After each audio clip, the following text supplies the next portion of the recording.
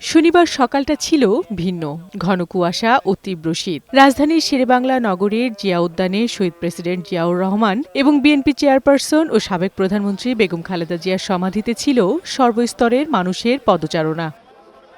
খালেদা জিয়ার প্রতি শ্রদ্ধা জানাতে কেউ কোলের ছোট্ট শিশু নিয়ে হাজির, আবার কেউ পরিবার নিয়েই হাজির হয় দূর দূরান্ত থেকে। তবে খালেদা জিয়ার আপোষহীন রাজনীতি আগামী প্রজন্মের জন্য বার্তা হয়ে দাঁড়াবে বলে জানান জনগণ। বেগম খালেদা জিয়াকে পথ অনুসরণ করে আমাদেরকে চলতে হবে। লেকের পূর্ব পশ্চিম প্রান্ত দিয়ে একে একে মিছিল আকারে ফুল হাতে জিয়ার সমাধিতে শ্রদ্ধা জানান বিএনপির নেতাকর্মীরা। সেখানে দাঁড়িয়ে খালেদা জিয়ার আত্মার মাগফিরাত কামনায় করা হয় দোয়া প্রার্থনা। এ সময় নেতারা বলেন, খালেদা জিয়া যেমন বাংলাদেশ বিনির্মাণ করতে চেয়েছিলেন, সেই দেশ গড়বে তার পুত্র তারেক রহমান। প্রতিনিয়ত শিখাতেন, আমরা প্রতিদিন রাতে তার কাছ থেকে শিক্ষা নিতাম। আমাদের কাজ সারাদিন কাজ করার পর তার কাছ থেকে আমরা শিখতাম। মায়ের মমতায় তিনি আমাদেরকে শিখাতেন। এশিয়া মহাদেশে ওনার মতো একজন জনপ্রিয় নেত্রী আমরা আর পাবো কিনা সেটা সন্দেহ আছে। এদিকে জিয়ার সমাধিতে ফুল দিয়ে শ্রদ্ধা জানান জাতীয়তাবাদী মহিলা দল।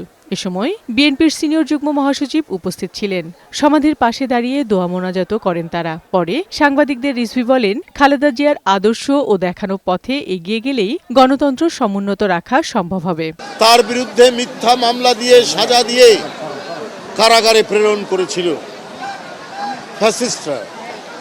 আপনারা দেখেছেন পায়ে হেঁটে তিনি কারাগারের মধ্যে গিয়েছিলেন, কিন্তু সেই কারাগারের মধ্যেই চক্রান্ত হয়েছে, ষড়যন্ত্র হয়েছে। তার চিকিৎসা দিতে দেওয়া হয়নি, তার ভুল চিকিৎসা দেওয়া হয়েছে ইচ্ছাকৃতভাবে, এবং তার খাওয়া এবং অন্যান্য কিছুতেই সন্দেহ রয়ে গেছে। বেলা বাড়ার সাথে সাথে জিয়ার সমাধিতে ভিড় বাড়তে থাকে। সবাই শ্রদ্ধার পাশাপাশি দোয়া মোনাজাত ও কিছুক্ষণ নীরবে দাঁড়িয়ে থাকেন।